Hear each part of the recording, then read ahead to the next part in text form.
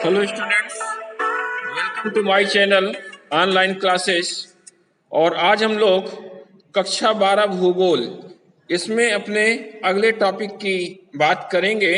और हम लोग मानव बस्ती अध्याय 10 पढ़ रहे थे और इसमें आज हम लोगों को देखना है नगर और शहरों का वर्गीकरण। नगर और शहरों का वर्गीकरण। और इस वर्गीकरण में हम जानेंगे कि कौन कौन से नगर होते हैं और ये किस तरह ये बंटवारा इनका होता है, किस प्रकार से भागों में अलग अलग ये बटे होते हैं। तो प्रारंभ करते हैं हम लोग आज का वीडियो। और आज का टॉपिक है हमारा नगर और शहरों का वर्गीकरण। तो सबसे पहले इस वर्गीकरण में 3 प्रकार से इसको बांटा जा सकता है और 3 वर्ग बनाए गए हैं। अब ये 3 वर्ग कौन कौन से बनाए हैं? नंबर 1 में आता है प्रशासनिक नगर। अब ये प्रशासनिक नगर होता क्या है? ऐसे राज्य, ऐसी जगह जहां पे किसी भी देश की या किसी प्रदेश की राजधानी हो, वो कैपिटल हो वहां पे, और जितने भी प्रशासनिक कार्यालय वहां पे हो, जहां से प्रशासन चलता हो, जितने भी कार्यालय हो वो सभी वहां पे बसे हुए होते हैं, स्थित होते हैं।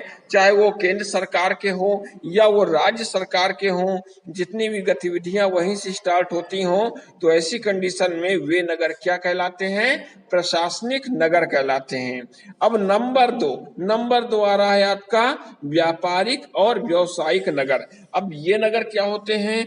बहुत सारे ऐसे बड़े बड़े शहर होते हैं, नगर होते हैं, जहां मंडियां बनी होती है, बड़ी बैंकिंग सेक्टर होता है, परिवहन का बड़ा कार्य होता है और बहुत ही उद्योग धंधे लगे होते हैं, व्यवसाय वहां पे चलते होते हैं। व्यावसायिक नगरी कहलाता है, उद्योग नगरी कहलाता है, जैसे मुंबई वगैरह है, कोलकाता है, दिल्ली है।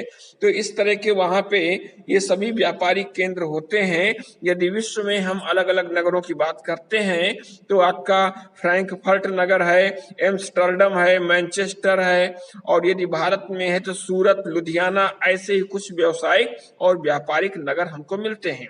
नंबर 3 की बात करते हैं और आते हैं हम लोग सांस्कृतिक नगर में। अब ये सांस्कृतिक नगर ये क्या होते हैं? तो सांस्कृतिक नगर का मतलब कि धार्मिक कार्यों से संबंधित, धार्मिक महत्व के जो भी नगर होंगे, वहां तीर्थ स्थल होंगे, स्वास्थ्य केंद्र, मनोरंजन केंद्र, शिक्षा से संबंधित, ज्योतिष से संबंधित और शिल्पकला से संबंधित, इससे संबंधित जो नगर हाईलाइट होंगे और वहां पे ये गतिविधियां होती होंगी, उन नगरों को क्या कहेंगे हम लोग? सांस्कृतिक नगर कहेंगे। जैसे मक्का, वाराणसी, जगन्नाथपुरी, यरूशलेम, श्रीनगर, कुछ ऐसे हैं, ये सांस्कृतिक महत्व के नगर हैं।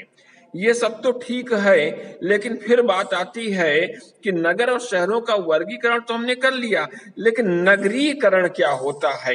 अब नगरीकरण क्या है? नगरीकरण का हम लोग महत्व जानते हैं कि नगरीकरण क्या होता है।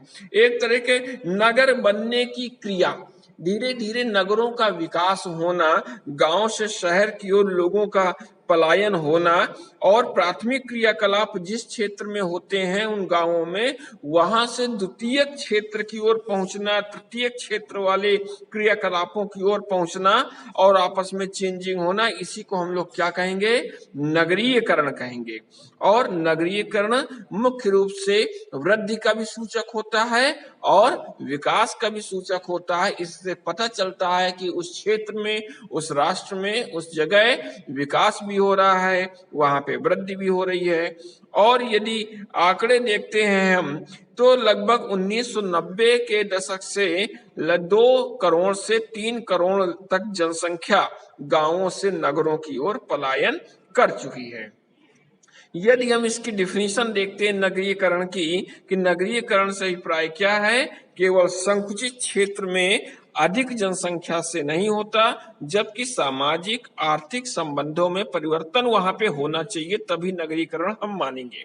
दूसरी तरफ नगरीकरण नगर बनने की एक प्रक्रिया होती है और जिसमें व्यक्तियों सामाजिक प्रक्रियाओं का नगरीय क्षेत्रों के अनुरूप बनना होता है। नगरीय क्षेत्र की जो जनसंख्या होती है, वहां की प्रक्रियाएं होती हैं, उनमें वृद्धि जब होती है तब उसको हम नगरीकरण कहते हैं। अक्सर बोर्ड परीक्षाओं में ये इंपॉर्टेंट प्रश्न आया करता है, नगरीकरण क्या है। तो इसको आप पूरी तरह से पूरी व्यवस्थाओं से आप इसको नोट डाउन कर लीजिएगा और इसको तैयार कर लीजिएगा। इंपॉर्टेंट है नगरीकरण।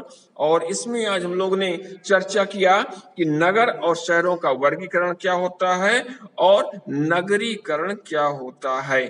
इन दो टॉपिकों को आप लोग अपनी नोटबुक में लिख लीजिएगा और जहां भी प्रॉब्लम हो समझने में वहां मेरे नंबर पे कांटेक्ट आप लोग कर सकते हैं।